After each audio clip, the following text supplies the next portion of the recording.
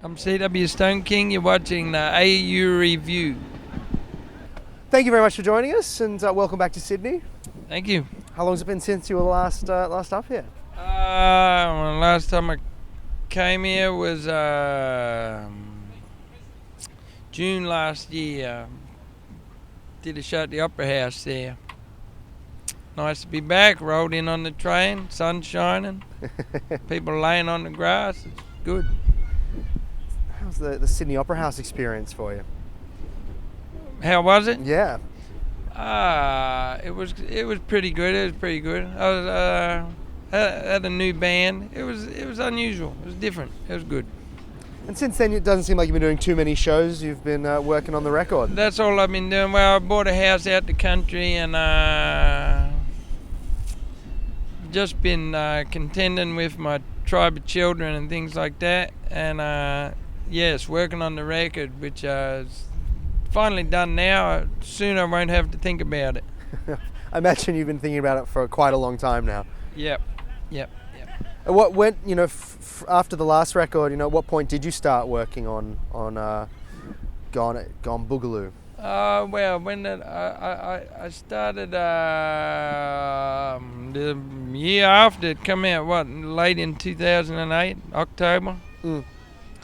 Well, I started as soon as I stopped touring. I went overseas. All right, boys, I'll see you in a few months. I'm gonna have a new record. It's gonna be rocking. And then that's how it began my 6 years of torture. What do you think brought on the longevity of it compared to perhaps your projects in the past? Well, they say this old thing. They say I think it's old. The first record's easy. Everything that came before is there. So that's true. Jungle Blues. I knew where I was at. I sort of got the hang of the type of band I had, and so it was quite a pleasure to sort of make the songs for that purpose. And I had a little bit of a backlog still of ideas and things like that. This one I had no starting point. I didn't really had inklings of what I wanted to do, but. Yeah, well, it was tricky, man. There's lots of elements that made it hard. Yeah, some musical, some every sort. Under every category, I got a 4 or 5. So, what do you think eventually took it over the line? I think coming back to Australia was helpful because I was over in England there for a couple of years.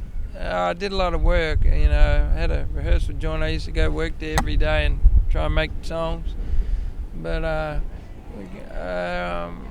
when I got back out the country and that, it was good. I could feel the mood of it better than England. Doesn't really, I don't know. It's too unfamiliar for me, the place, England. So being out in the country in Australia, is that where you feel most at home?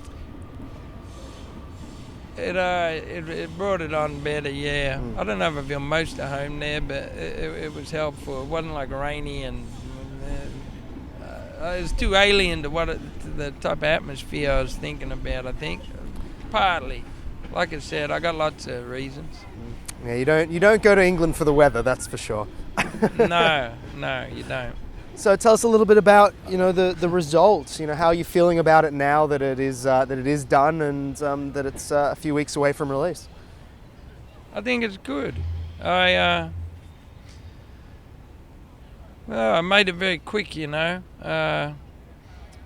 was just simple.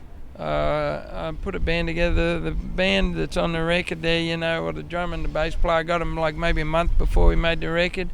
And the singer's like maybe 2 weeks before we recorded it, as it says on the back of the record cover. I sort of explain what happened, how we did it. It's just recorded live. We did it in 2 days. Super basic. Like, I don't think you can get more basic unless you record it on Walkman or something. But I feel good about it. I haven't listened to it much, and I kind of You know, after I finished it, I went home. My wife said, "Wow, is it good?" I don't know. I kind of felt like perhaps I had it felt like I'd been sexually molested by myself. I couldn't really, I didn't know if it was good or bad. It was just quick and then it was gone and that was it. But I listened to it a few times out of necessity to make a track list, and then we mixed it. Well, not much mixing, there's 2 channels. But I like it, it's good. I put a lot of work in the song, so I always think the song is the important factor. I think the songs are all good. And will we be getting to hear it live soon? Will you be back on the road?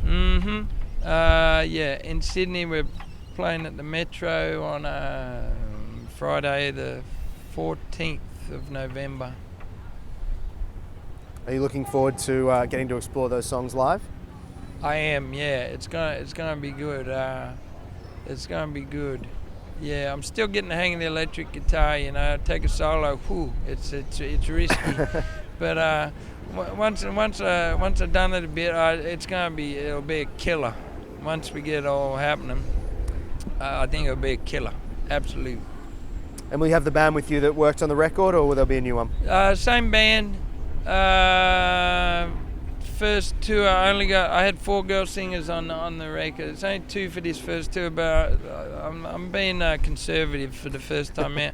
So hopefully, if I sell some records and I can afford it, then I'd like to take the whole band, including even the percussionists, you know, because they add something too on the tracks that they want. So a few more than 2 channels then in the live show.